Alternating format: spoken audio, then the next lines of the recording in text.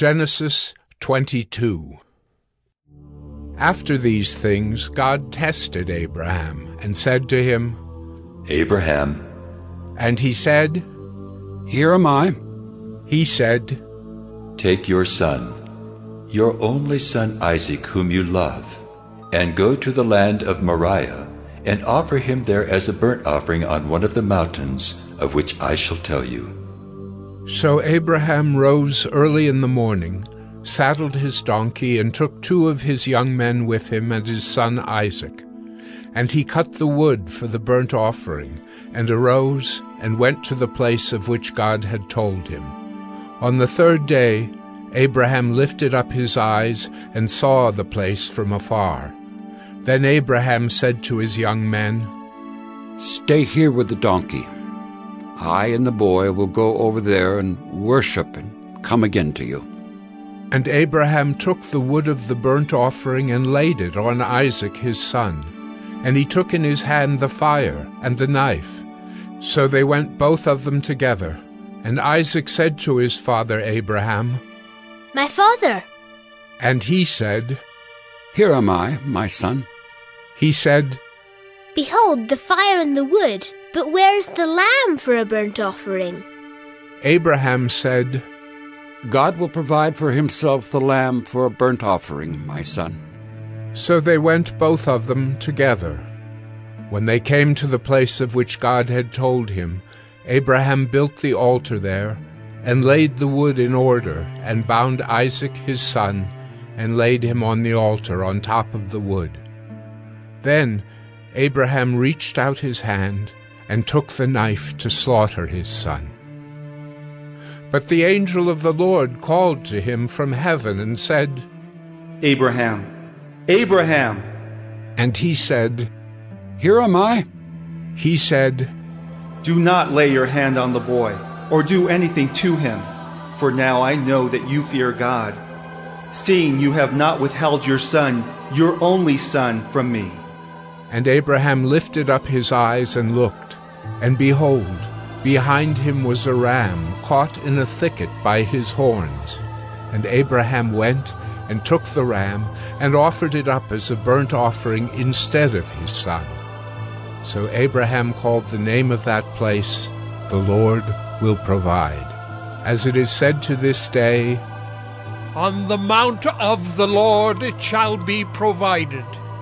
And the angel of the Lord called to Abraham a second time from heaven, and said, By myself I have sworn, declares the Lord, because you have done this, and have not withheld your son, your only son. I will surely bless you, and I will surely multiply your offspring as the stars of heaven, and as the sand that is on the seashore. And your offspring shall possess the gate of his enemies. And in your offspring shall all the nations of the earth be blessed, because you have obeyed my voice. So Abraham returned to his young men, and they arose and went together to Beersheba. And Abraham lived at Beersheba. Now after these things it was told to Abraham, Behold, Milcah also has borne children to your brother Nahor, Uz his firstborn, Buz his brother, Kemuel the father of Aram, Kesed, Hazo, Pildash, Jidlaph, and Bethuel. Bethuel fathered Rebekah. These 8 Milcah bore to Nahor, Abraham's brother. Moreover, his concubine, whose name was Reumah, bore Tebah, Gaham, Tahash, and Maacah. Genesis 23. Sarah lived 127 years. These were the years of the life of Sarah. And Sarah died at Kiriath Arba, that is Hebron, in the land of Canaan. And Abraham went in to mourn for Sarah and to weep for her. And Abraham rose up from before his dead and said to the Hittites, I am a sojourner and foreigner among you. Give me property among you for a burying place, that I may bury my dead out of my sight. The Hittites answered Abraham, Hear us, my lord. You are a prince of God among us. Bury your dead in the choicest of our tombs. none of us will withhold from you his tomb, to hinder you from burying your dead." Abraham rose and bowed to the Hittites, the people of the land, and he said to them, "If you are willing that I should bury my dead out of my sight, hear me and entreat for me Ephron, the son of Zohar, that he may give me the cave of Machpelah which he owns. It is at the end of his field. For the full price let him give it to me in your presence as property for a burying place." Now Ephron was sitting among the Hittites, and Ephron the Hittite answered Abraham in the hearing of the Hittites, of all who went in at the gate of his city. "No, my lord, hear me. I give you the field, and I give you the cave that is in it. In the sight of the sons of my people I give it to you. Bury your dead." Then Abraham bowed down before the people of the land, and he said to Ephron in the hearing of the people of the land, "But if you will, hear me. I give the price of the field. Accept it from me that I may bury my dead there." Ephron answered Abraham, "My lord, listen to me. A piece of land worth 400 shekels of silver. What is that between you and me? Bury your dead." Abraham listened to Ephron, and Abraham weighed out for Ephron the silver that he had named in the hearing of the Hittites, 400 shekels of silver, according to the weights current among the merchants. So the field of Ephron in Machpelah, which was to the east of Mamre, the field with the cave that was in it, and all the trees that were in the field, throughout its whole area, was made over to Abraham as a possession in the presence of the Hittites, before all who went in at the gate of his city. After this, Abraham buried Sarah his wife in the cave of the field of Machpelah east of Mamre, that is Hebron, in the land of Canaan. The field and the cave that is in it were made over to Abraham as property for a burying place by the Hittites. Genesis 24. Now Abraham was old, well advanced in years, and the Lord had blessed Abraham in all things.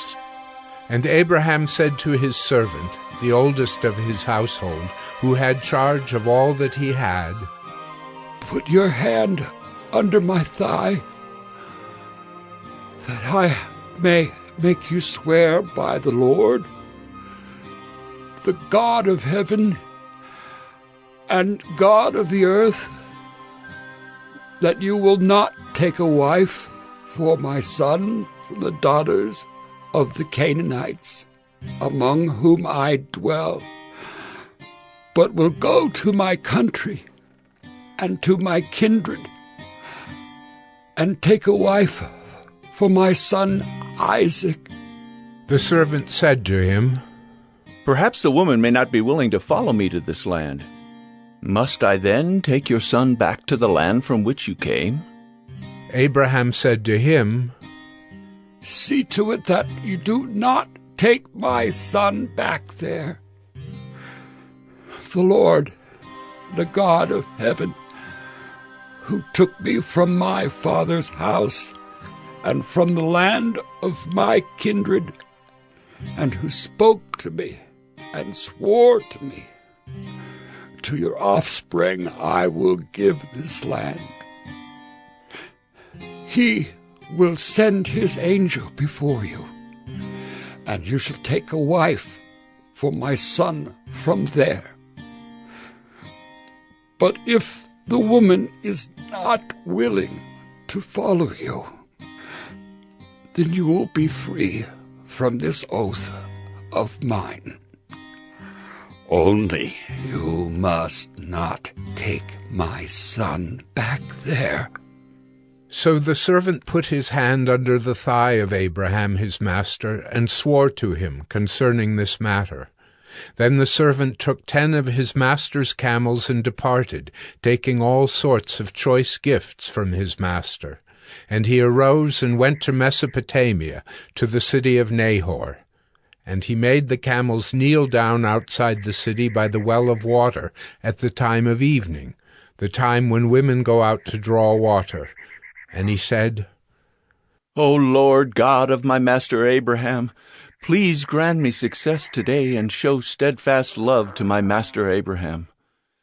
Behold, I am standing by the spring of water, and the daughters of the men of the city are coming out to draw water. Let the young woman to whom I shall say, Please let down your jar that I may drink, and who shall say, Drink, and I will water your camels. Let her be the one whom you have appointed for your servant Isaac. By this I shall know that you have shown steadfast love to my master. Before he had finished speaking, behold, Rebekah, who was born to Bethuel, the son of Milcah, the wife of Nahor, Abraham's brother, came out with her water jar on her shoulder. The young woman was very attractive in appearance, a maiden whom no man had known. She went down to the spring and filled her jar and came up. Then the servant ran to meet her and said, Please give me a little water to drink from your jar. She said, Drink, my lord. And she quickly let down her jar upon her hand and gave him a drink. When she had finished giving him a drink, she said, I will draw water for your camels also until they have finished drinking. So she quickly emptied her jar into the trough and ran again to the well to draw water, and she drew for all his camels. The man gazed at her in silence to learn whether the Lord had prospered his journey or not. When the camels had finished drinking, the man took a gold ring weighing a half shekel, and 2 bracelets for her arms weighing 10 gold shekels, and said, Please tell me whose daughter you are. Is there room in your father's house for us to spend the night?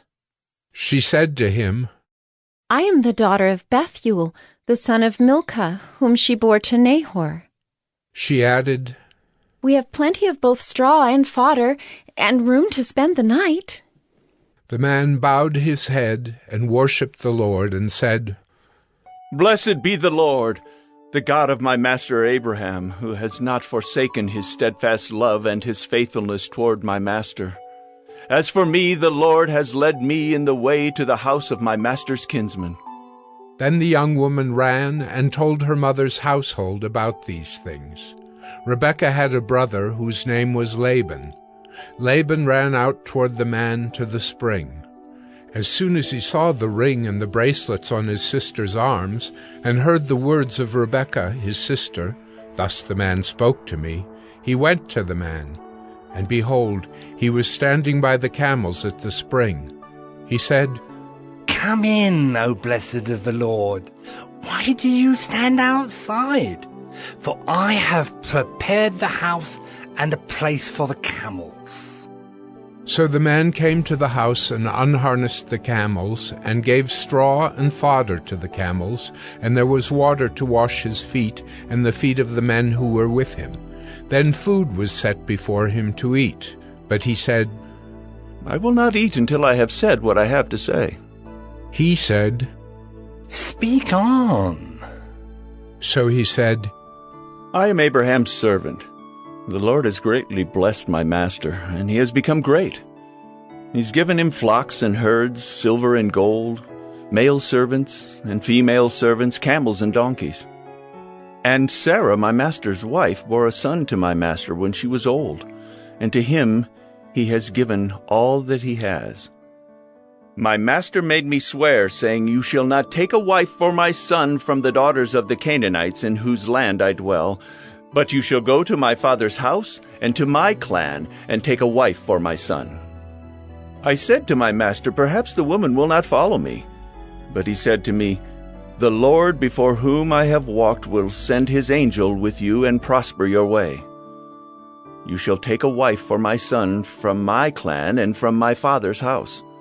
Then you will be free from my oath when you come to my clan. And if they will not give her to you, you will be free from my oath.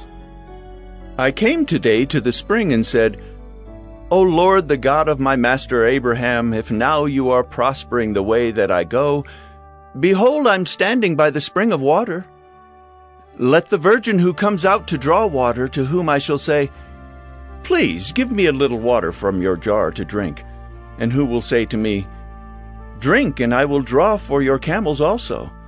Let her be the woman whom the Lord has appointed for my master's son." Before I had finished speaking in my heart, behold, Rebekah came out with her water jar on her shoulder, and she went down to the spring and drew water. I said to her, "Please let me drink."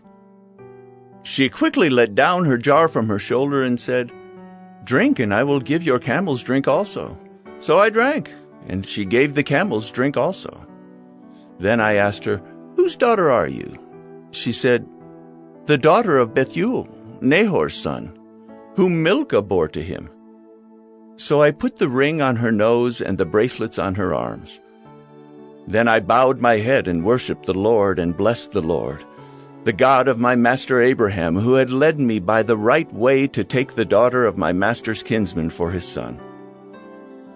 Now then, if you're going to show steadfast love and faithfulness to my master, tell me, and if not, tell me, that I may turn to the right hand or to the left." Then Laban and Bethuel answered and said, "The thing has come from the Lord. We cannot speak to you bad or good." Behold, Rebekah is before you. Take her and go, and let her be the wife of your master's son, as the Lord has spoken." When Abraham's servant heard their words, he bowed himself to the earth before the Lord. And the servant brought out jewelry of silver and of gold, and garments, and gave them to Rebekah. He also gave to her brother and to her mother costly ornaments. And he and the men who were with him ate and drank, and they spent the night there. When they arose in the morning, he said, "Send me away to my master." Her brother and her mother said, "Let the young woman remain with us a while, at least 10 days.